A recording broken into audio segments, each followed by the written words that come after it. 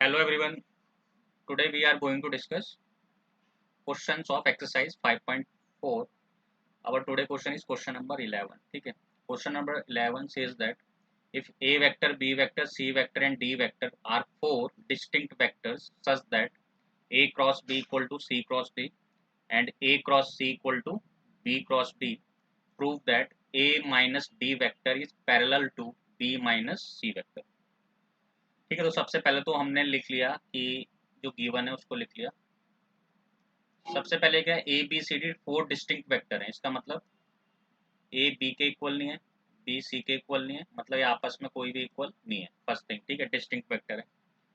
Second क्या given है हमें कि ए क्रॉस बी इक्वल है सी क्रॉस डी के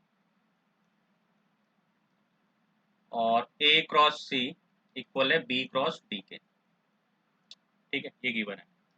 प्रूफ क्या करना है हमें? प्रूफ दैट कि A minus D vector is parallel to B vector minus C vector. इसके पैरेलल हमें ये प्रूफ करना है.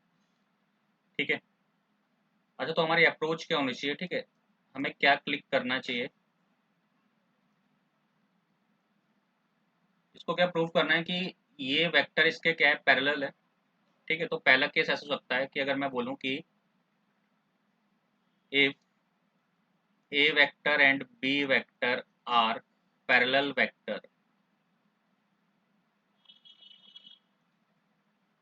तो ए वेक्टर को अगर मैं lambda times B vector proof कर दूं तो ये दोनों क्या हो जाएंगे, पैरेलल हो जाएंगे. पहली चीज. ठीक है, तो इट मीन्स अगर मैं इस वेक्टर को ए माइनस डी वेक्टर को लैम्डा टाइम्स प्रूफ कर दूं बी माइनस सी वेक्टर के, वो प्रूव हो जाएगा कि ए माइनस डी किसके पैरेलल है, बी माइनस सी के. बट इस केस में क्या है, ना तो हमें ए वेक्टर पता है, ना डी पता है, ना बी पता है, ना सी पता है. हाँ, रिलेशन पता है उसका. ठीक है, तो ये वाला मेथड अप्लाई नहीं कर पाएंगे क्योंकि इंडिविजुअल वेक्टर की वैल्यू हमें नहीं पता है. ठीक है, फिर एक सेकंड और है तरीका. ठीक है, मेथड क्या है कि अगर मान लो ए वेक्टर लैम्डा टाइम्स है बी वेक्टर के, मतलब ए वेक्टर इसका मल्टीपल है बी वेक्टर का, तो अगर हम ए क्रॉस बी वेक्टर को जीरो वेक्टर प्रूफ कर दें, ए क्रॉस बी को क्या प्रूफ कर दें, जीरो वेक्टर प्रूफ कर दें, तो भी ये क्या हो जाएगा, पैरेलल हो जाएगा. ठीक है, ये हम ऑलरेडी पढ़ चुके हैं. अगर किन्हीं दो वेक्टर का क्रॉस प्रोडक्ट जीरो है तो उसका सिंपल सा मीनिंग क्या है, ए वेक्टर पैरेलल है किसके, बी वेक्टर के. तो इसी अप्रोच को फॉलो करते हुए, ठीक है, हम क्या प्रूफ करेंगे यहाँ पे कि ए माइनस डी का क्रॉस बी माइनस सी के साथ चेक करेंगे. अगर वो जीरो के इक्वल आ जाएगा तो ये प्रूफ हो जाएगा. ठीक है, तो स्टार्ट करते हैं.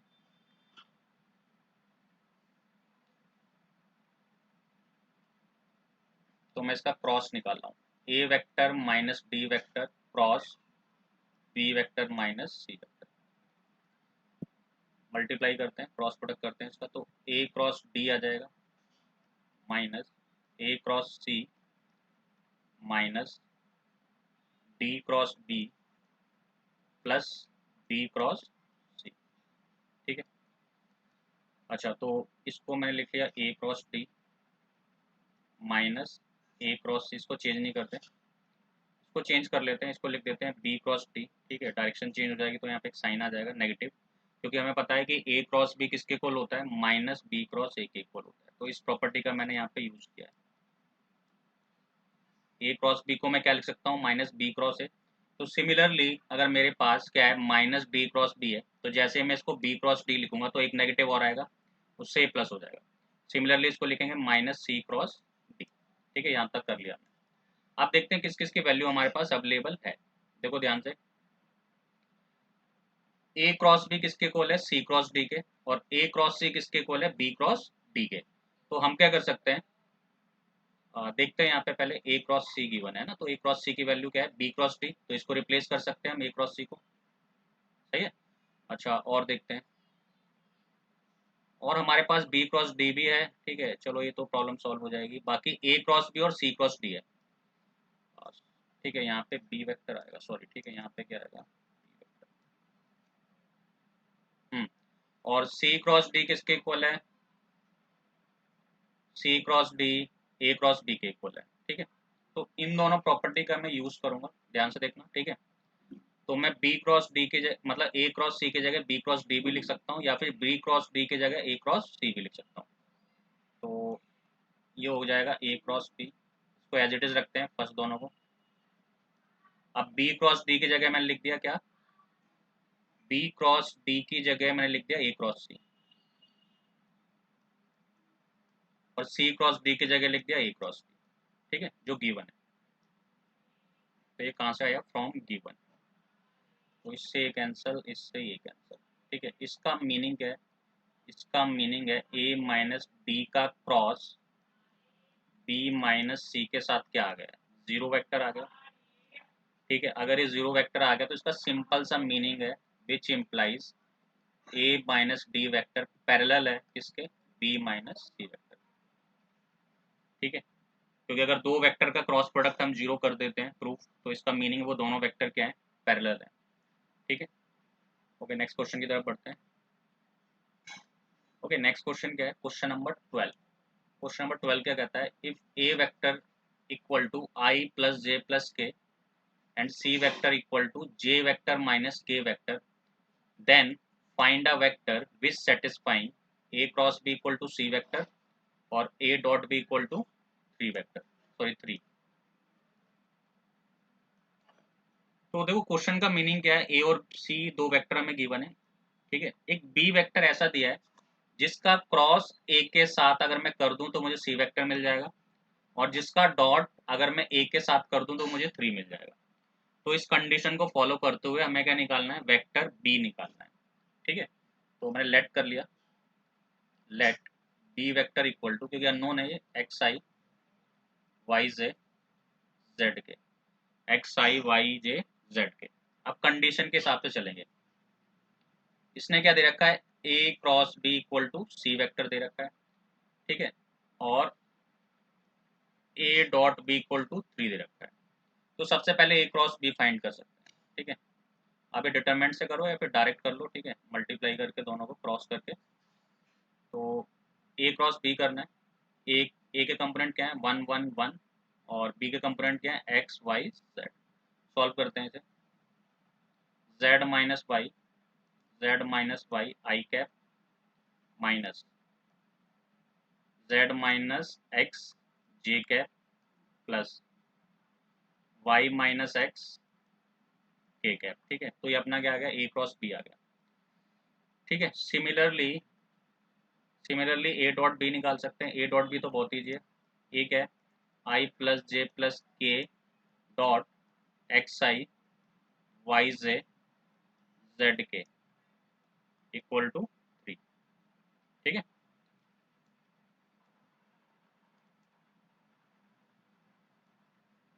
तो डॉट प्रोडक्ट कराएंगे तो क्या आएगा, X plus Y plus Z equal to three. एक इक्वेशन ही आ जाएगी हमारी। ठीक है, इसे वन लेट कर लेते हैं।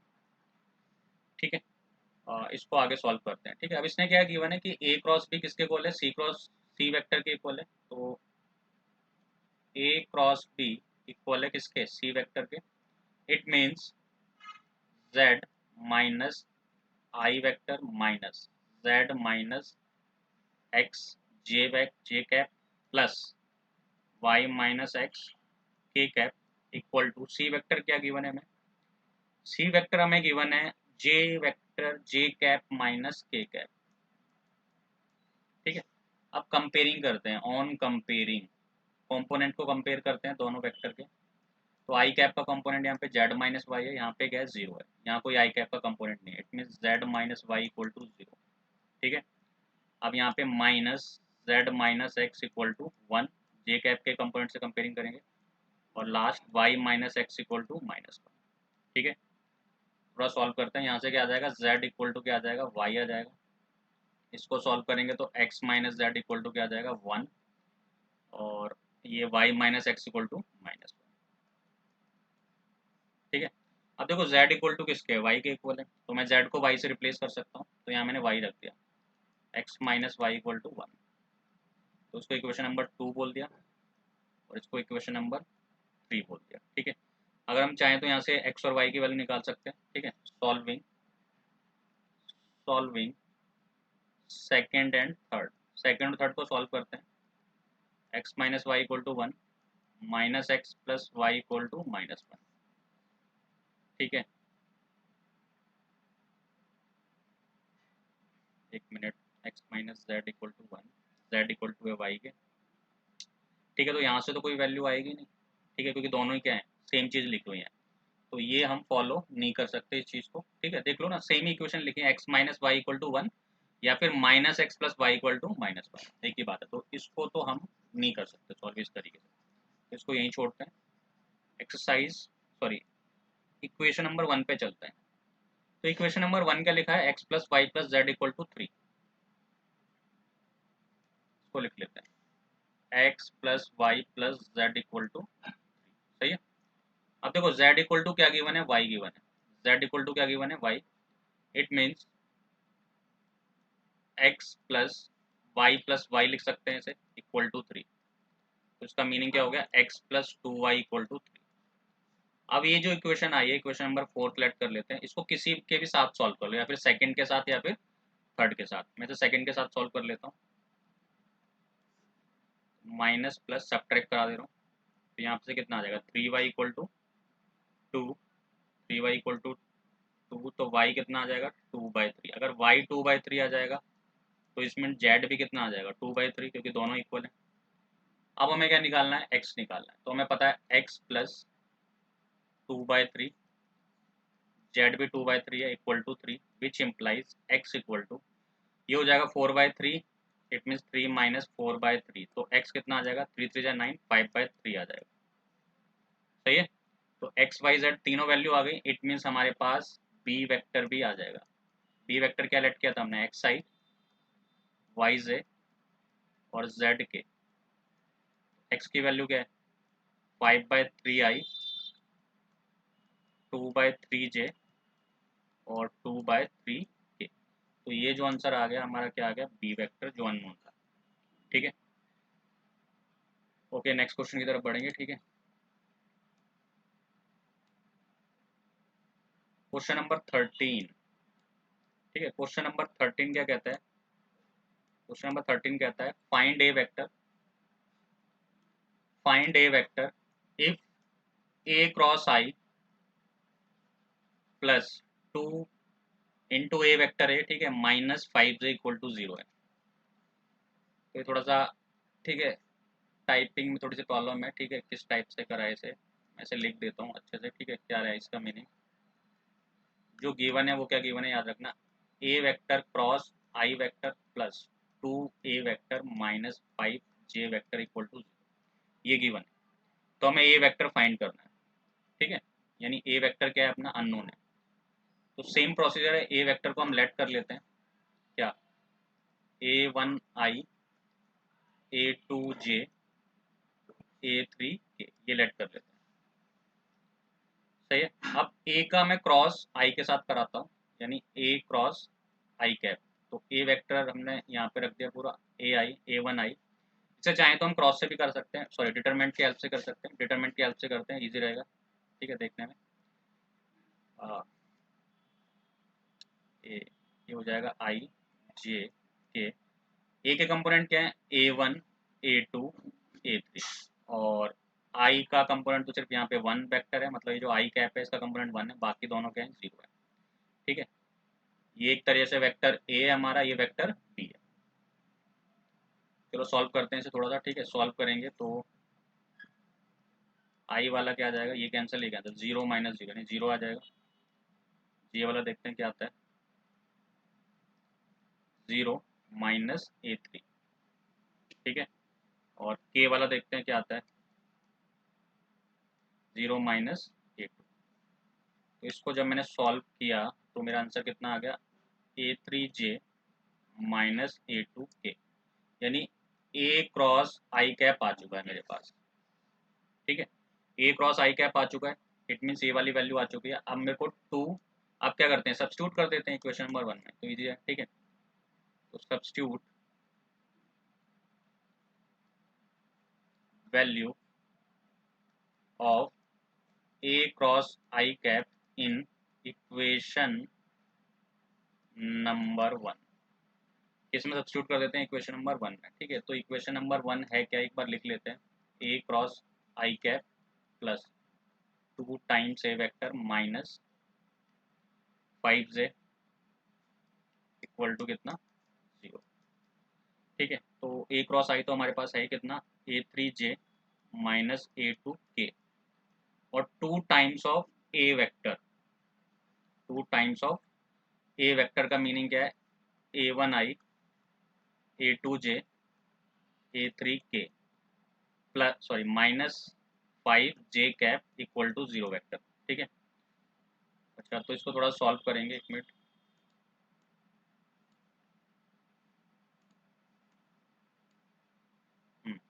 तो इसको सॉल्व करते हैं। ठीक है, तो देखो आई का तो एक ही कंपोनेंट बनेगा 2A1i, जे वाले दो हैं। ठीक है, एक तो ये है जे वाला और एक ये पूरा जो मल्टीप्लाई हो जाएगा और एक ये। ठीक है, तो इन तीनों को मैं सॉल्व करके लिख रहा हूँ। ठीक है, क्या आएगा देखो ध्यान से, A3 प्लस 2A2 माइनस 5, ये जी आ जाएगा। ठीक है, और last but not least 2A3, एक मिनट। तो जे वाले हमने देखे, जे वाला कौन कौन आ जाएगा देखो ध्यान से, जे वाला एक तो ये के वाला, सॉरी देखिए के वाला, तो ये कितना आ जाएगा A3 माइनस A2 के कैप है ना इक्वल टू 0 वेक्टर। अब कंपेयरिंग कर देंगे, ऑन कंपेयरिंग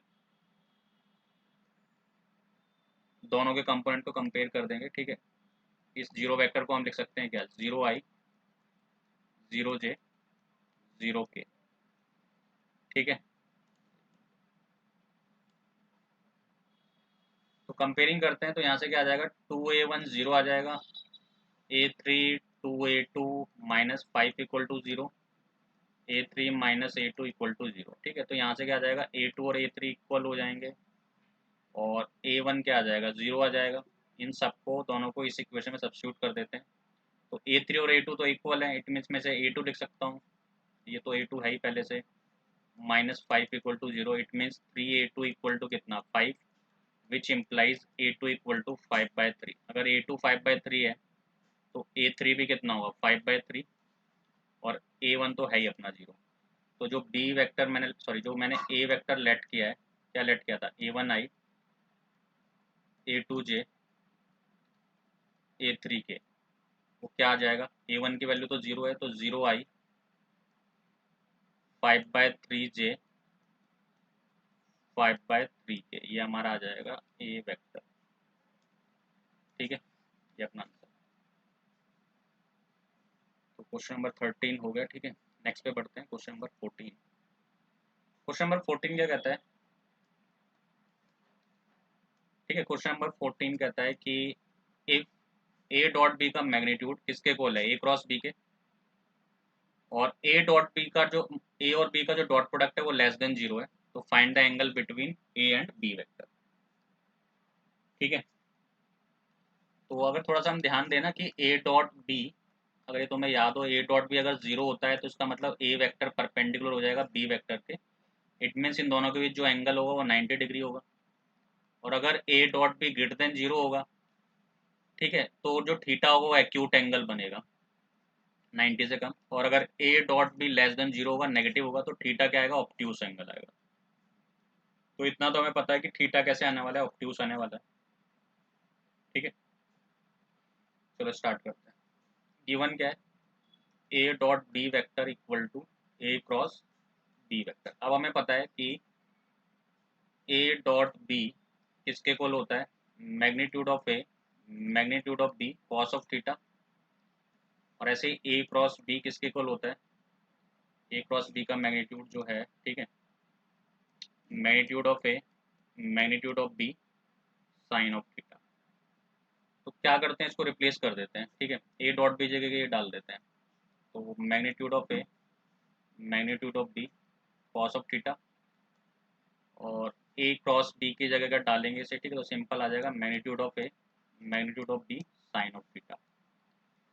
ठीक है, अब एक चीज़ इंपॉर्टेंट है कि हमें पता नहीं है कि जो थीटा है ऑब्ट्यूस है या फिर क्या है, सॉरी थीटा क्या है। ठीक है, थीटा एक्यूट भी हो सकता है ऑब्ट्यूस भी हो सकता है 90 भी हो सकता है। ठीक है, बट इसमें क्वेश्चन में पहले से वेरीफाई कर रखा है उसने कि ए डॉट बी क्या है, लेस देन जीरो है, मेंशन कर रखा है कि ए डॉट बी क्या है, less than zero, it means theta क्या है, ऑब्ट्यूज है। तो अगर साइन ऑफ ऑब्ट्यूज देखा जाए तो ऑब्वियस है वो तो पॉजिटिव ही रहेगा, इस पर तो कोई फर्क पड़ता नहीं है इस वाली साइड पे, बट यहाँ फर्क पड़ता है, ठीक है, कि ये प्लस भी हो सकता था, ये माइनस भी हो सकता था, इसलिए यहाँ पे मैं लगाऊंगा प्लस माइनस, फिर इसे मैं ओपन करूंगा। जब तक हमारे पास थीटा के बारे में कोई कंफर्म, ठीक है, इन्फॉर्मेशन ना हो, तो इसको मॉड को ऐसे ओपन करना है हमें, ठीक है। तो ये हो जाएगा magnitude of A, magnitude of B, sine of theta, तो ये कैंसिल हो गए दोनों। It means plus minus cos theta equal to sine theta, cos से डिवाइड कर देते हैं तो क्या बन जाएगा, tan theta equal to plus minus one, इसको डिवाइड कर दो कॉस ऑफ थीटा से, ठीक है। तो क्या आ गया, ten theta plus minus one आ गया, तो या तो टेन थीटा क्या होगा, वन होगा, या फिर टेन थीटा कितना होगा, माइनस वन होगा, तो वन तो हो नहीं सकता। अगर टेन थीटा वन होगा इट मीन्स थीटा कितना होगा, पाई बाय फोर, बट उसने बोल ही दिया है कि A dot be less than zero, it means theta कैसे ऑब्ट्यूज है, तो ये तो रिजेक्ट हो जाएगा। और यहाँ पे क्या है, टेन थीटा माइनस वन है, तो हम इसको लिख देते हैं ten pi minus pi by four, ठीक है। पहले इसको ऐसे लिख लो, minus ten pi by four, फिर ये सेकंड क्वाड्रेंट में आ जाएगा, तो इस टाइप से लिख सकते हैं, ठीक है। तो थीटा कितना आ जाएगा, पाई minus pi by four, three pi by, तो थीटा कितना आ गया अपना, थ्री पाई फोर, ठीक है। क्योंकि जो थीटा होगा एंगल बिटवीन टू वेक्टर्स जो होता है वो मैक्सिमम 180 तक जा सकता है, इससे ज़्यादा तो जाएगा नहीं, ठीक है। अब तुम ये भी सोचोगे कि तो फोर्थ क्वाड्रेंट में भी नेगेटिव होता है ना, बट फोर्थ क्वाड्रेंट तक तो बात ही नहीं बनेगी इसकी, ठीक है। तो जो थीटा होता है वो तो जीरो है, जीरो से बड़ा होगा, और 180 से क्या होगा, छोटा होगा, एंगल बिटवीन टू वेक्टर्स के लिए, ठीक है। तो अपना थीटा कितना आ गया, थ्री पाई बाय फोर आ गया, ठीक है।